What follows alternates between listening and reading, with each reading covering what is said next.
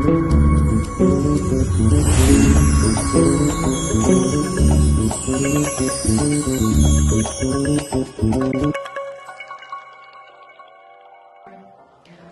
қазақ елі, сіздермен бірге Надира Слемова.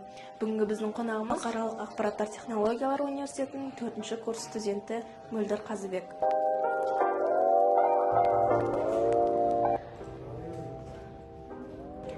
Сіздің ақпараттық қауіпсіздік саласын таңдағаныңызға не себеп болды? Ең біріншіден, бұл Қазақстандағы жаңадан шығып жатқан мамандықтардың бірі.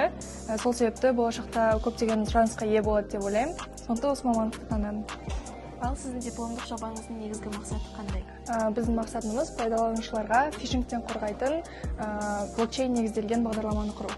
Фишингтік шабуылдардан қорғау платформасы қалай жұмыс істейді? Сол туралы толығырақ айтып берсеңіз. Біздің платформада қолданушы өзінің күмәнданған сайтының сілтемесін жібереді, және де біздің платформа оған бұл сайт қауіпті ме, әлде қауіпсіз ба, соны анықтап береді. Сіз қандай бағдарламалау тілдері мен технологияларды қолданасыз?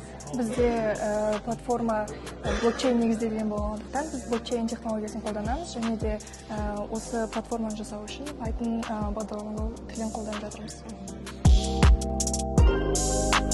Сіз қандай негізгі киберқауіптерге назар аудардыңыз? Қазіргі кезде веб-фишинг өте қатты дамып келе жатыр. Сол себептен де біз осыны дипломдық жұмыс ретінде таңдадық. Себебі көптеген адамдар белгісіз сілтемелерге өтіп, өздерінің банк аккаунттарының ақпараттарын жоғалтып алып жатыр. Сол себепті менің көзіме түскен веб-фишинг. Осы жобаңызды жүзеге асыру кезінде қандай қиындықтарға тап болдыңыз?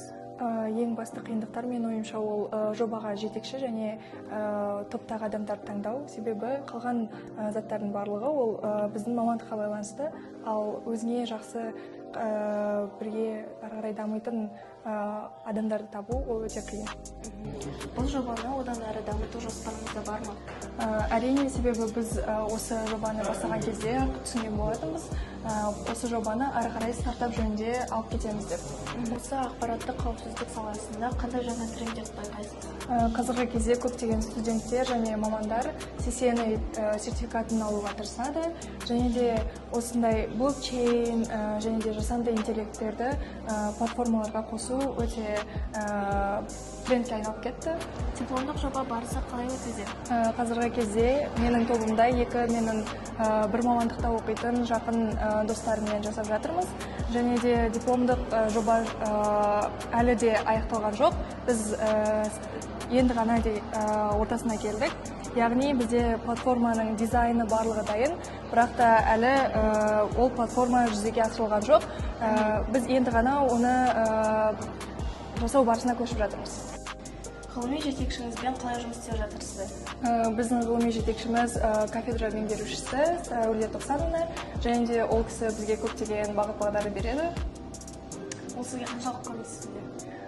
Біз әр жобаның бір пунктін жасаған сайын біз ол кісіге жіберіп отырамыз тексеріске. Бізге тексеріп, қай жерлерін түзеу керек, қандай ақпараттар қосу керек, және де біздің платформамызды ұлғайту үшін көптеген өзінің нұсқаулықтарын береді.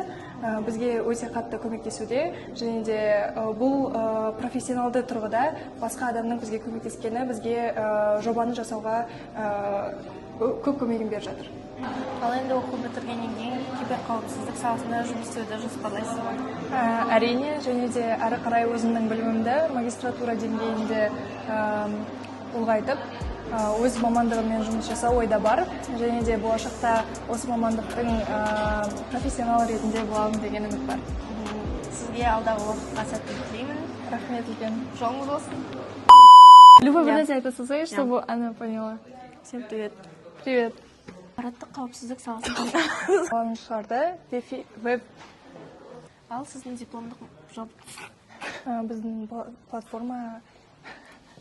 Ғылыми жетекшіңізбен қалай жұмыс істеп жатырсыздар?